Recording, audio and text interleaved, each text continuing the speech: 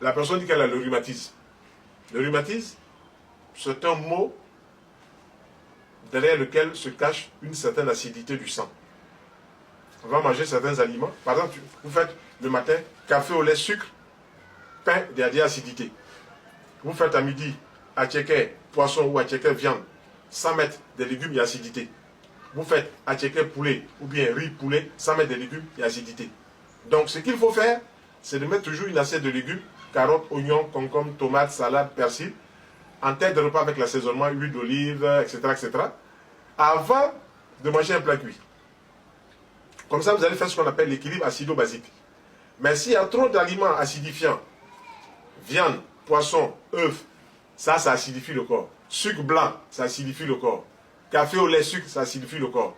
Donc, il faut séparer. Si on sépare le café du lait, il y a moins de problèmes. Si on sépare le lait du café, il y a moins de problèmes. Si on prend le lait seul, il y aura une acidité, mais ce sera moindre que quand on fait des mélanges avec du sucre blanc. Donc, le problème, c'est le sucre blanc qui a été dévitalisé, qui a perdu toutes ses substances organo-minérales.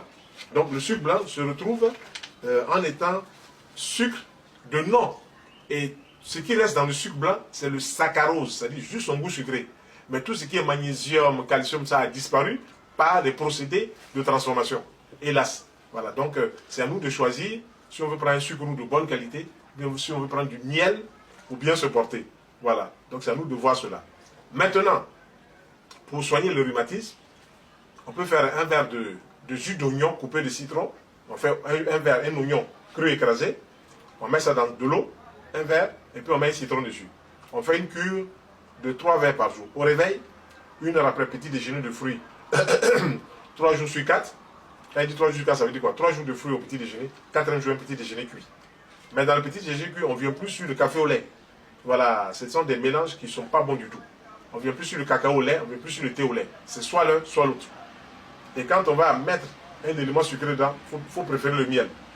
Mais quand on met le miel dans le café ou dans le lait, le pain là, on ne met pas saucisson dedans. Voilà, il faut que ce soit clair dans l'esprit des gens parce que les gens font du mélangisme et ils pensent qu'en mélangeant comme ça, ils vont avoir la solution à leurs problèmes pour être bien rassasiés. Mais plus on mélange, plus on s'empoisonne et plus on ouvre la porte pour ne pas être guéri. Voilà. Tu peux aller voir le médecin qui va te donner un traitement, mais pendant ce temps, toi, tu continues de manger les mêmes choses qui t'ont mis dans ce traitement. Il y a un problème quelque part. Voilà, il faut bien voir ça. Alors, un jus d'oignon, de l'eau, citron, 3 verres. Le matin, vers 11h, puis vers 16h, 3 verres.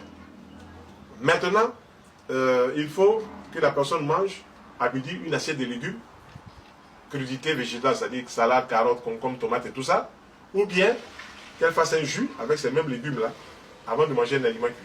Mais quand elle mange un aliment cuit, elle choisit soit du riz, ou de la tchéké, ou du couscous, ou du taro, ou de l'igname, ou la banane plantain, etc., etc., etc., avec une sauce légumes. Que la sauce soit gnagna, que la sauce soit gombo, que la sauce soit arachide, que la sauce soit graine, que la sauce soit tomate ou aubergine, il faut qu'on mette des légumes dedans. Des légumes, il faut qu'on mette des oignons, il faut qu'on mette de la carotte, il faut qu'on mette des poireaux, il faut qu'on mette des concombres, il faut qu'il y ait des légumes, ce qu'on appelle sauce légumes. Pourquoi? Les légumes cuits servent à nettoyer les intestins et en même temps faciliter le transit intestinal. Donc celui qui ne veut pas être constipé, il doit manger tous les jours des légumes cuits dans son alimentation, de manière à ce que le transit se fasse bien. Parce que les légumes cuits sont ce qu'on appelle le balai, le ballast du tube digestif. Deuxièmement, il faut boire de l'eau, il faut éviter les sucreries. Toute sucrerie sur les repas cuits, c'est le sucre blanc qu'il y a dans les sucreries qui pose le problème d'acidité. Et forcément, on va déboucher sur un rhumatisme. Et celui-là, ce sera un rhumatisme du cou. On va dire rhumatisme du cou. En langage technique, on dit cervicarthrite, donc inflammation des vertèbres du cou. Mais si c'est les genoux, on dit gonarthrite, inflammation des genoux, etc., etc. Mais si c'est les lombaires, on dit lombarthrite. Donc, l'articulation là souffre d'accumulation de toxines qui n'ont pas pu sortir par les urines, qui n'ont pas pu sortir par les selles ou qui n'ont pas pu sortir par la peau sous forme de sueur. Quand vous sentez une sueur qui sent mauvais, ça veut dire que dedans là c'est bourré de saleté. Donc la peau sert de relais pour évacuer le trop-plein. Donc ce qu'on appelle les organes éliminateurs. Intestin, rein, poumon, peau et vagin. Quand vous voyez qu'une femme fait des écoulements, c'est normal. Elle peut faire ses contrôles, elle peut aller demander à son gynéco, mais c'est normal. Tout ce qui sort là, c'est parce que ça ne doit pas rester dedans. Voilà. Et les anciens médecins disaient, il faut que ça sorte. Voilà. Et il n'avait pas peut-être la définition du ça, mais aujourd'hui on a la définition du ça. Toutes les saletés là qui sortent du corps, c'est le corps même qui veut que ce soit comme ça. Donc on ne doit pas empêcher ces saletés de sortir. Quelqu'un qui va à la selle 3 fois, 4 fois dans la journée, il faut même qu'il se réjouisse. Voilà. Même quand il commence à faire des diarrhées, il ne doit pas paniquer. Et donc, il se dit, est-ce que ma diarrhée là n'est pas liée à des saletés que j'ai mangées? Et donc, commencer à boire de l'eau, du citron. Il y a un produit naturel qu'on a en pharmacie qu'on appelle le chlorure de magnésium. Tu mettre un sachet de 20 grammes dans un litre d'eau, tu bois cela. Tout ça, ça va rétablir l'équilibre hydrique et minéral dans le tube digestif. Toutes ces choses vont se régler.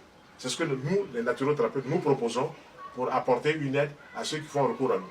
Donc, le rhumatisme, vous soyez simplement un verre d'eau dans lequel il y a un oignon écrasé, de l'eau, du citron, et boire ça un verre le matin, une heure après petit déjeuner, un verre à 10 heures, un verre à 16 heures. Avec ça, on va déjà gérer peut-être 80-80%.